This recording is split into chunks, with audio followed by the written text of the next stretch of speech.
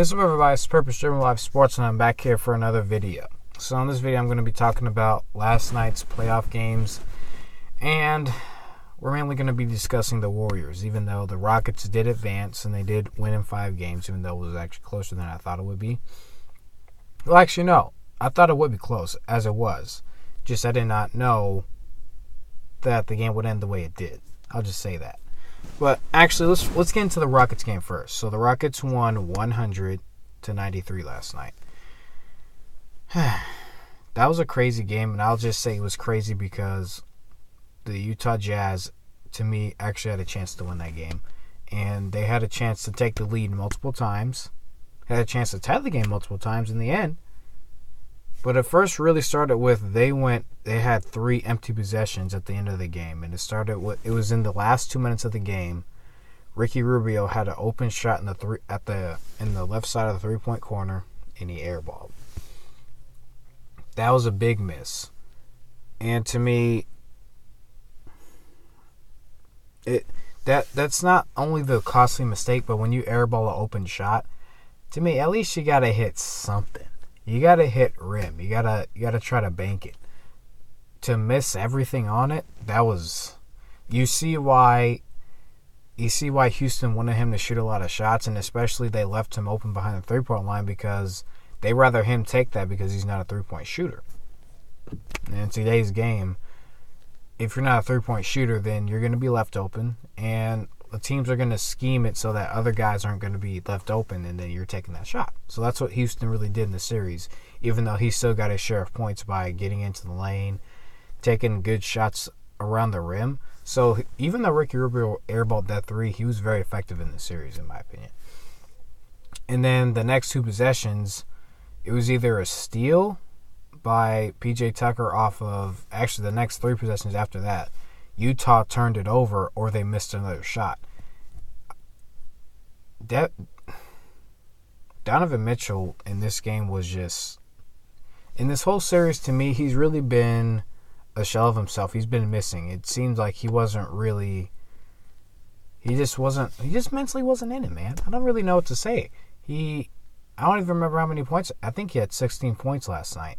And in the fourth quarter, he was virtually non-existent. He turned the ball over twice in the last 2 minutes. He missed shots. It was sad to see because the Rockets, they held the Rockets to 100 points. And I think when you hold the Rockets to under 110, 105, I think you have a good chance of winning. Their defense for Utah was spectacular. It was great defense.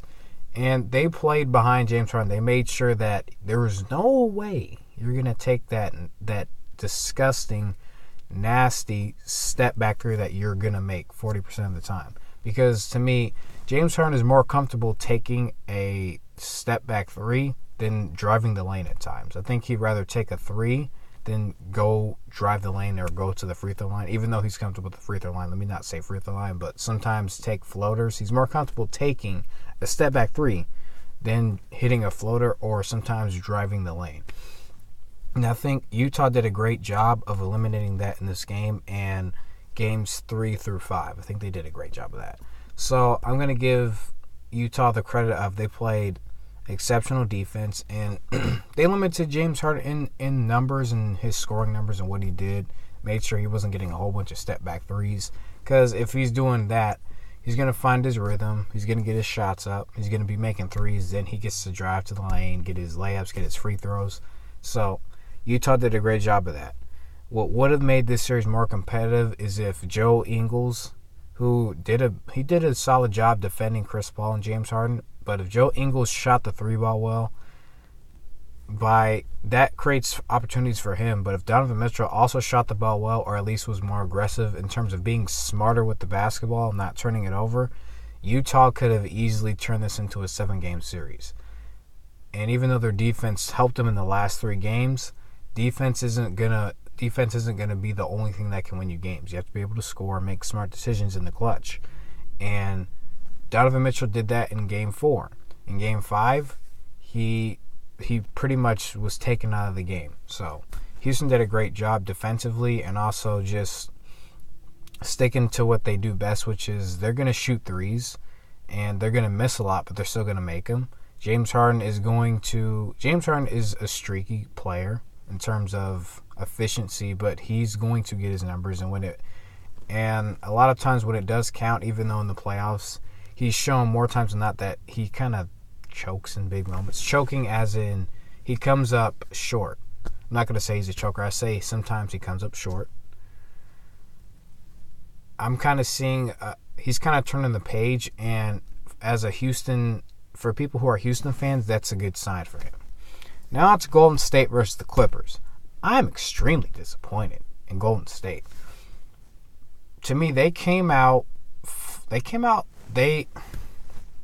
shot 9 for 11 from three-point range in the first half. Actually, no, they shot 9 of 14. They shot extremely well from three-point range in the first quarter by themselves. They were up by 4. It was 41-37. To me, I knew this night was going to be different because first quarter scoring, to me, at the end of the first quarter is when you see what your defense is going to do.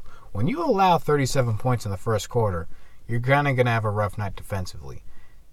Even though, to me, Golden State knows when and how to turn on their defense. In the last game, it looked to me like they were kind of waiting for the Clippers to just call it and just say, you know what, we're down 3-1. We're going to let you guys have your thing. I think Golden State gets complacent and kind of looks for teams to do that. And that, to me, is their big problem. Because teams, to me, this year, more than last year and the years before, are not scared of Golden State. They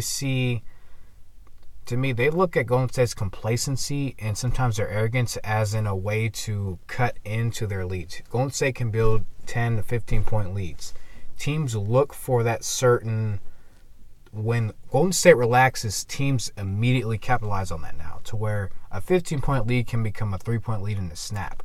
As fast as Golden State can turn a game into a blowout, teams now can turn a game into a close game, or they can end up beating Golden State. You see that more this year than you have in years prior. Kevin Durant had 45 points, 6 rebounds, and 6 assists.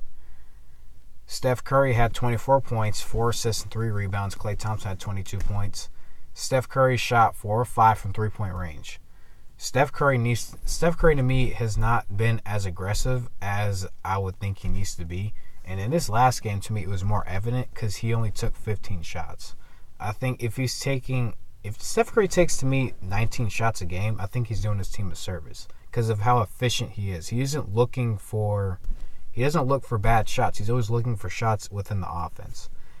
Kevin Durant, if he keeps scoring the way he's scoring, and then you got Klay. If Klay continues to average 22, if Steph Curry averages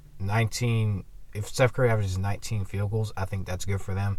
If Kevin Durant's averaging about 28 to whatever he's averaging now, then this team, to me, is going to be just fine. Not just fine. I think they can easily beat Houston because Houston, like I said, is streaky. James Harden is streaky. Chris Paul, even though he's their leader, he's not a volume shooter. So even though they have good shooters off their bench this year, Houston is more deeper than they were last year because they usually play just 7 guys. This year they play 9 to 10 guys, which is incredible how they've revamped their team. Even though I still pick Golden State to win the whole thing. Golden State has to... I said this before, Golden State has to flip that switch. And I think Klay Thompson said it best in the pregame where they got to go out and just start playing basketball again where they're just blowing guys out by 40. Which... he doesn't mean just blowing teams up by 30 or 40. He just means playing their brand of basketball and not taking their foot off the gas just because they feel like it. It seems more this year that they've I don't really feel like playing this game right now. And then what happens is they kind of go down and then teams stay hot. Like the Clippers have stayed hot whenever they've built a lead more times than not this series, and then they've closed out Golden State. Golden State took the lead in under 2 minutes. And then the Clippers went on a 12-3 run to close out the game. Lou Williams had 33 and 10 assists. Montrezl Harrell had 24 points and he had 5 rebounds. They did not play Andrew Bogut as many minutes as I thought they should have to kind of combat what Montrezl Harrell was doing off the bench. So that was a little questionable, but I think ultimately for the Warriors, you just have to... that complacency, that get up, that wanting to compete, it goes up and down to where they're here at times, or where they're just here, or they're coasting, and then they turn it up, or they just kind of, they seem disinterested a lot. And it's kind of, as a basketball person who likes to watch basketball, that's annoying, because I don't like, when you're a good team, you don't give other teams life, or you're going to lose games. It's the playoffs. And they say any team can be beaten. Well, Golden State has to be fixed. I don't really know what else to say. I'm kind of rambling now, and I don't want to ramble, but to me, it's an easy fix if you would just go back to having fun and just playing their game. And they don't seem to be doing it at this moment. So I'm going to be looking for that in game 6 tomorrow.